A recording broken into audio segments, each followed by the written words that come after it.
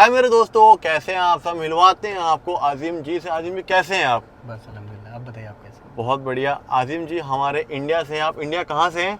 मैं basically UP से हूँ। यूपी में एक सिटी है मुरादाबाद, वो हमारा डिस्ट्रिक्ट होता है। वहाँ पे एक छोटा सा गांव है उमरी कला बोल के। अच्छा बेसिकली हम वहाँ से हैं, लेकिन 2004 में हमारी फैमिली दिल्ली मूव कर गई थी और अब हम ओखला में रहते हैं। अच्छा। तो आजिम जी, आपको अभी गल्फ में यूए में कितना टाइम हो गया है? मैं नेक्स्ट मंथ 2 साल पूरे करने वाला हूँ। 2 साल पूरे होने वाले हैं।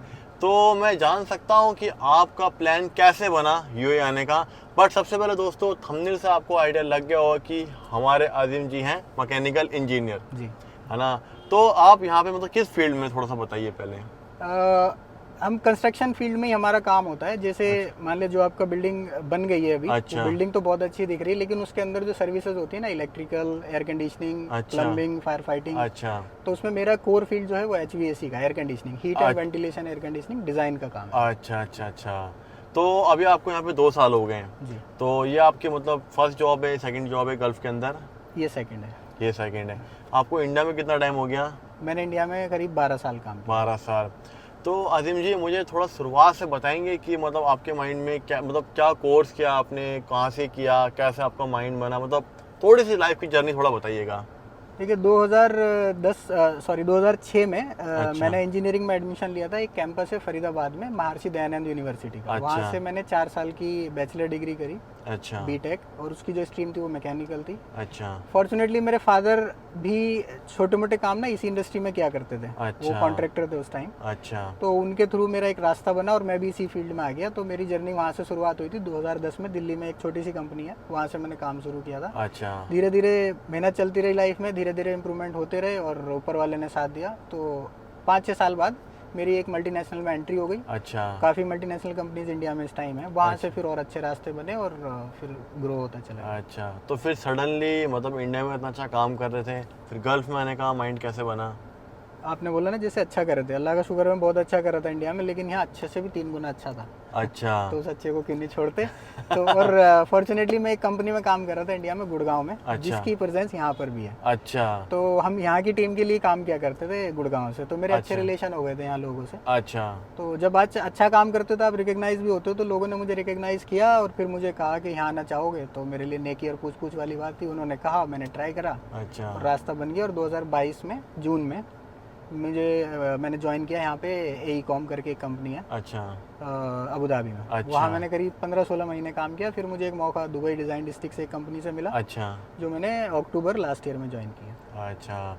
तो यानी कि इंडिया का जो एक्सपीरियंस था यहाँ पे बहुत काम आया? बहुत काम आया, अच्छा। बहुत ज़्यादा काम आया। तो अजीम जी, जैसे कि बहुत से लोग होते हैं कोर्स कर लेते हैं, फिर बोलते हैं कि हमें गल्फ जाना है, या कोई 1 साल 2 साल का एक्सपीरियंस ले लेते हैं, तो उनको आप क्या कहना चाहेंगे कि यानी कि जो परफेक्ट राइट टाइम होता है वो कौन सा होता है? मेरे ख्याल से कम 5 साल आपको अच्छे से मेहनत करनी चाहिए इंडिया में। अच्छा क्योंकि इंडिया के ना, अपनी फील्ड की मैं बताऊंगा तो इंडिया के एक्सपोजर बहुत अच्छे हैं। अच्छा हमें वहाँ मल्टी एक्सपोजर मिलता है किसी भी फील्ड में। अच्छा यहाँ पे लोगों ने ना इतना लिमिट कर दिया चीज़ों को। इंडिया में जैसे मैं डिज़ाइन का बंदा हूँ, जी लेकिन इंडिया में मुझे साइट का भी एक्सपीरियंस हुआ, मुझे कॉस्टिंग का भी हुआ, मैंने कॉन्ट्रैक्टर से भी बात करी, मैं कमर्शियल चीज़ों में भी घुसता था। अच्छा लेकिन जिस फील्ड में मैं आया हूँ, जिसको डिज़ाइन कहते हैं, वही जी। मैं वहाँ पे भी था। लेकिन यहाँ डिज़ाइन मतलब प्योर डिज़ाइन है। अच्छा ना मैं डिज़ाइन से इधर जाता हूँ 1%, ना डिज़ाइन से 1% पीछे आता हूँ। अच्छा तो वो एक विंडो आपकी डिफाइन हो जाती है। इसलिए आप एक्सपोजर ज़्यादा लेके आओगे तो छोटी सी चीज़ में यहाँ आके जब पहुँचते हो तो ज़्यादा कॉन्फिडेंट रहते हो। अच्छा तो हमेशा आपको थोड़ा काम इंडिया में करना चाहिए, जो आपको यहाँ ज़िंदगी भर हेल्प करेगा। और यहाँ एज ए फ्रेशर आओगे ना, जी तो जी। उस जो लिमिटेशंस है ना उसकी, वो उसी के अंदर रह जाते हो फिर। अच्छा तो मेरे ख्याल से आपको कम से कम 5 साल इंडिया में काम करना चाहिए, फिर यहाँ के ट्राई करने चाहिए। अच्छा। और वर्क एनवायरनमेंट की बात करें, इंडिया और दुबई में क्या फ़र्क लगा आपको अभी तक? थोड़ा सा इसमें मैं इंडिया का जो मतलब एक ये है ना कि एक जो हमारी जॉब इनसिक्योरिटी है वो यहाँ ज़्यादा है, इसमें कोई डाउट नहीं है, ठीक है। अच्छा। तो इंडिया में जो हम कॉन्फिडेंटली होते हैं ना कि ठीक है यार, जी। खली वली मोड में काम करते हैं, हाँ, है हाँ, ना, हाँ। गई ठीक है, कल को कुछ और देख जी, लेंगे, जी, नहीं जी, तो जी। अब्बा अम्मी है वो रोटी तो दे ही जी देंगे। जी जी जी जी। वो थोड़ा सा भाई यहाँ पे संभल के रहना होता है, ठीक है। अच्छा। क्योंकि सब कुछ यहाँ वीज़ा पे है और अच्छा। आपकी अगर वीज़ा गई तो आपको इंडिया की तरफ मूव करना होता है। तो वो चीज़ें लेके थोड़ी सी आपको डाउन रहना पड़ेगा। इंडिया जैसे मज़े उस चीज़ को लेके नहीं है। बट आपके पास तो अभी अच्छा एक्सपीरियंस है, तो आपको तो ऑफर वगैरह और आते रहते होंगे ना? आते रहते हैं, लेकिन देखो जो वो एक पीरियड होता है ना, जो ट्रांजिशन होता है आपका एक कंपनी के वजह से दूसरी पे, जी, जी, जी, वो जी। बड़ा क्रिटिकल टाइम होता है। अगर वो इधर उधर थोड़ा भी स्लिप हो जाए तो आपको अच्छा। जाना पड़ सकता है। तो जल्दी जल्दी इस तरह के रिस्क लेने नहीं चाहिए। अच्छा। ऑफर होते हैं लोगों के पास। तो आदिम जी, जैसे कि हम बैठे हैं, आपकी गाड़ी है ना, तो ये 2 साल के अंदर में आपने गाड़ी ली, घर लिया, तो और क्या क्या मतलब एक तरक्की करी आपने, थोड़ा जान सकते हैं? हाँ मतलब देखो, मैं इंडिया में भी अल्लाह का शुक्र है मैं बहुत अच्छा कर रहा था। अच्छा। कोई कमी नहीं थी, बहुत दे रहा था ऊपर वाला। उस बहुत को 3-4 गुना अगर ऊपर वाला और कर दे तो उसको अच्छा। मौके को क्यों छोड़ा जाए। बिल्कुल तो यहाँ बिल्कुल। वो हो रहा है, सब तो कुछ है। आदिम जी, अब मुझे बताइए, जैसे कि कोई फ्रेशर आता है, जी तो वो क्या एक्सपेक्टेशंस रख के है कि हाँ मतलब मैं चाहूँगा कि मुझे मतलब पहले बात तो आपने बोला कि फ्रेशर को आना बेकार है नहीं, जल्दी विदाउट नहीं। एक्सपीरियंस। चलो अगर कोई 1 2 3 4 साल का एक्सपीरियंस लेके आता है, तो उसको मिनिमम कितना मतलब मिल जाएगा पैकेज वगैरह? जैसे आपने 4 का 5 पे ही बात करते हैं। अगर कोई 5 अच्छा। साल के लिए आ रहा है ना, तो मैं उसको सजेस्ट करूंगा, देखो मौके मिलते हैं। हम क्या करते हैं, एकदम से जब यहाँ की सैलरी पता लगती है तो हम उसको इंडिया में कन्वर्ट कर लेते हैं। कोई बोलता है हाँ। 3,000 दूंगा, उसको लगता है अरे मजा आ गया, 70,000 मिल गया। 70,000 मिल गए। लेकिन 3,000 वर्थ नहीं है। कम से अच्छा। कम 5 साल के एक्सपीरियंस के बंदे को 10-12 प्लस सैलरी पे यहाँ आना चाहिए। अच्छा। जो यहाँ के लिए वर्थ है उस सैलरी की बात करनी चाहिए। हमेशा इंडिया पे कन्वर्जन नहीं करना चाहिए। अच्छा, नहीं तो फिर यही है कि मतलब कभी कभी वही होता है, मतलब जल्दबाजी का फैसला नहीं लेना हाँ, चाहिए। बहुत काफी लोग। कॉम्प्रोमाइज में फिर लाइफ गुजारनी पड़ती है ना। अच्छा। खर्चे नहीं करने, 10 दिरहम 20 दिरहम में पूरा दिन निकालना है, वो बिल्कुल। चीज़ें भी। और आपके खर्चे कितने महीने के?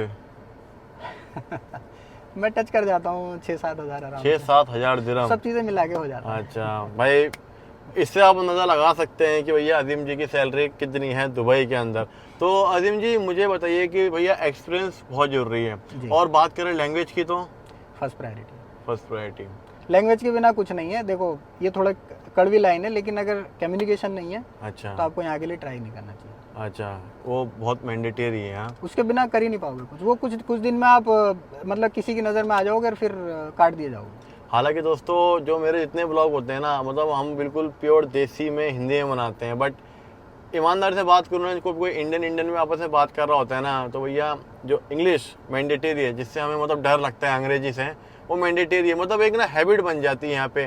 कभी कभी बातों में ना मतलब अपने आप ही यहाँ पे अंग्रेजी निकल जाती है, क्योंकि इन्वायरमेंट ही ऐसा होता है कि यार जब 4 लोग बात कर रहे होते हैं ना, और ऐसा नहीं है कि आपको पता है कि दुबई में सिर्फ एक ही कंट्री के लोग हैं, दुनिया भर से लोग यहाँ पे काम आते हैं, और फिर जो इम्प्रेशन आपका पड़ेगा वो क्या पड़ेगा, है कि नहीं? तो आप जैसे और मैं ही है, जब मान लिया कोई भी एक आइटम है जिसको यूपी में कुछ बोलते होंगे, एग्जांपल किसी फ्रूट का ले लें, हाँ जी। आप कहोगे यार ये क्या है, तो मैं हाँ। इंग्लिश में इजीली बता दूं आपको, ये तो आप समझ जाओगे। वही है। तो इसलिए भाई एक ऐसी लैंग्वेज है इंग्लिश जो कॉमन है, और वो अच्छा। भैया फर्स्ट एंड फॉरमोस्ट रिक्वायरमेंट है यहाँ पे। तो दोस्तों, ये जो भी मतलब मेरे माइंड में सवाल थे मैंने पूछे, क्योंकि अजीम जी काफ़ी लोग सवाल पूछते रहते हैं कि मतलब इंजीनियरिंग कोर्स कर ली, अब दुबई मूव कर जाऊं, तो अभी उनको ये चीज़ तो माइंड में रखनी है कि भैया बिना एक्सपीरियंस के, एक अच्छे एक्सपीरियंस के बिना तो कहीं नहीं आना है, तब कोई फ़ायदा नहीं है, ठीक है ना? अच्छा, डिग्री करके कोई अगर आ जाता है तो उसका क्या हाल होगा, ये बताइए।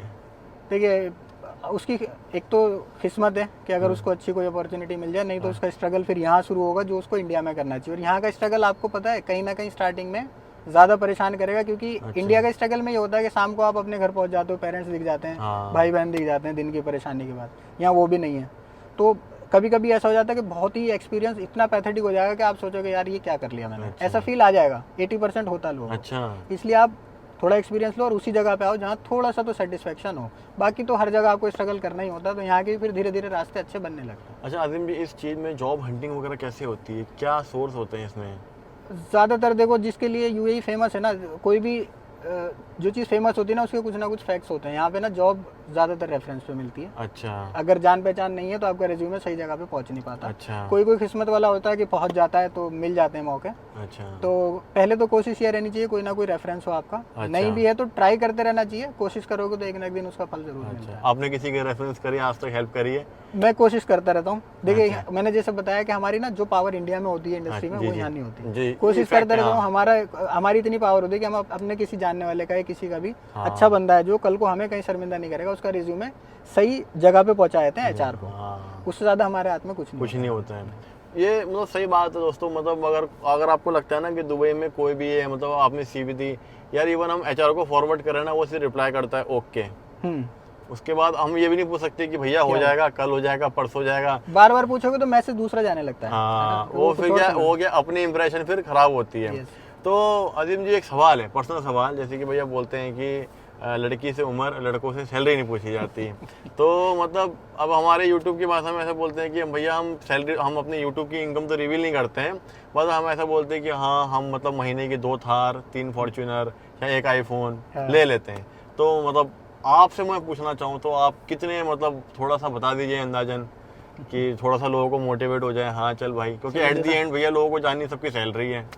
हाँ, लेकिन ये क्वेश्चन ना थोड़ा सा इमेच्योर होता है। जी। मैं उन लोगों को कहूँगा जो भी देख रहे हैं ना, ये जानना नहीं चाहिए हमें। हाँ। हमें क्या मतलब है किसी की कोई हाँ। चीज़ जानने से। लेकिन जो आपने कहा, अल्लाह का शुक्र है, फॉर्चूनर थार वार अभी कोई बड़ी बात नहीं है। अल्लाह का शुक्र है, कब तक दे रहा है वो पता नहीं, वो ऊपर वाला जानता है। लेकिन जैसे आपने कहा, एज मैं बता सकता हूँ, 35 है मेरी एज। अच्छा। लेकिन वो लड़की के लिए बोला था आपने, मैं फिर भी बता रहा हूँ 35 मेरी एज है, लेकिन सैलरी एग्जैक्ट मत पूछो। वो अच्छा। क्वेश्चन भी मैच्योर होता है, हमें पूछना नहीं चाहिए। हाँ, तो आदिम जी भैया एक फैमिली वाले, घर गृहस्थी वाले आदमी हैं, ठीक है ना। और ये छोटी सी कहानी थी, हालांकि वीडियो में छोटी कहानी है, पर आदिम जी की लाइफ को देखा जाए तो इनके लिए बहुत बड़ी कहानी है कि इंडिया में जो मेहनत करी, फिर यहाँ पे आए, यहाँ पे फिर आगे कुछ प्लान्स है आपके, आगे जाके कुछ? देखिए, प्लान्स तो हमारे हैं, हमारी कोशिश चलती रहती है, रास्ते ऊपर वाला बनाता है, तो आगे देखते हैं। अभी तो टाइम है यहीं पे, मतलब कोशिश चल रही है कि यहीं अच्छा टाइम गुजरता रहे। अच्छा। और मेरी इंडस्ट्री स्पेशली जिसमें मैं हूँ, वो बहुत तेज़ी से ग्रो कर रही है सऊदी में भी। अच्छा। तो अगर मुझे मौका मिलता है तो मैं उसको भी नहीं छोड़ूंगा। तो खैर दोस्तों, ये एक छोटा सा इंटरव्यू था, क्योंकि हमारे जो व्यूवर्स हैं ना, वो कहते हैं कि इंटरव्यू लाया करो। और मज़े की बात है कि आदिम जी हमसे मिलने के लिए आए, तो मैंने आया लगे हाथ बोला कि चलो एक थोड़ा सा इंटरव्यू ले लें, ताकि जो लोग बैठे हैं उनको सही गाइडेंस मिल जाए, पहली बात, ठीक है ना। क्योंकि क्या बोलते हैं कि आदमी को कुछ ना कुछ तो करना है लाइफ में, कुछ गलत वीडियो, कुछ गलत नॉलेज किसी के हाथ में ना पड़े। तो कुछ भी सवाल होते हैं कमेंट कीजिएगा, कोशिश करेंगे आपको जवाब दें।